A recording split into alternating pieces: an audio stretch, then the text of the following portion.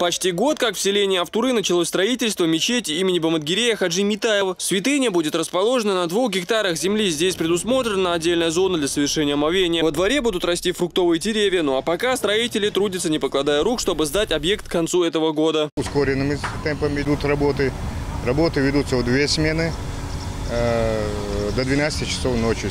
С утра до 7 часов рабочий день, заканчивается 12 часов ночи. Всего на объекте трудится около сотни человек и 10 единиц спецтехники. Задействованы 2 строительные фирмы.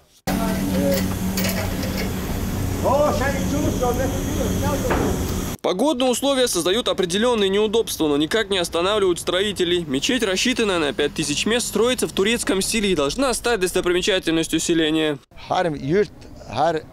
Ötür tanrıstığına avd havella avdi çarx yurt yuharı her deşdol nazik çün çarx deşdu vezgen vol değer ser deşdo deutschdol озрамза нахила. Строительство мечети имени Эвлия Баматгирея Хаджи Митаева в селении Автуры Шалинского района финансирует региональный общественный фонд имени Героя России Ахмада Хаджи Кадырова. Строители говорят, что первую коллективную молитву в ней смогут совершить уже до конца этого года. Аслан Эльбукаев, Мурат Эльбукаев, Дауд Куруев. Новости.